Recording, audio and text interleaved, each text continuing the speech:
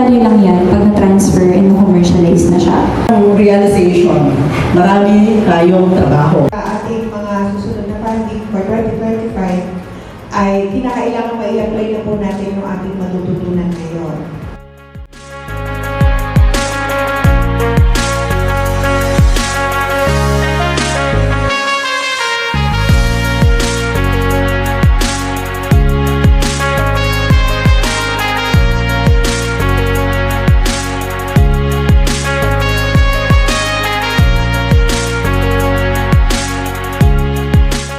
Mature technology for adoption ng farmers.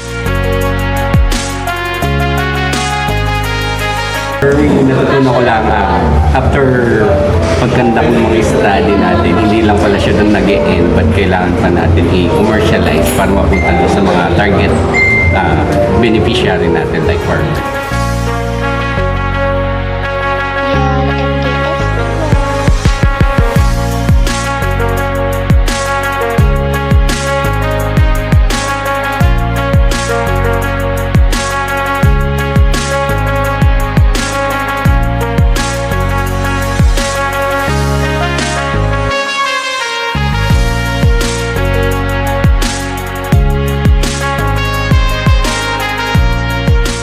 Product development and especially sa market research, which is very vital pala in terms of mga food products na hindi lang dapat maganda yung experimental part ng ating research, dapat din nakikita natin yung part ng market research, which is dun makikita yung potential ng product and the potential ng product sa ating target market or target consumers.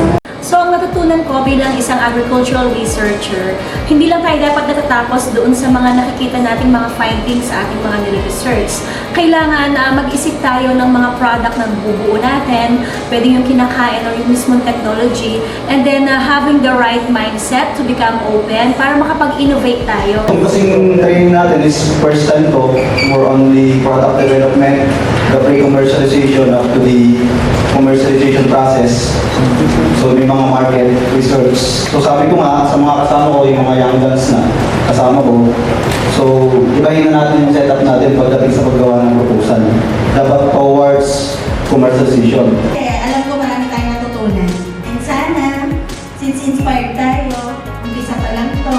Sa inyong kamay po kung paano natin maita-transfer ng maayos at ng mabuti yung ating mga technologies. Diba? So, diba, sino ba naman ang ayaw na yung technology na pinaghirapan mo ng maraming taon ay finally maita-transfer na at magagamit na ng intended na end users to its full potential.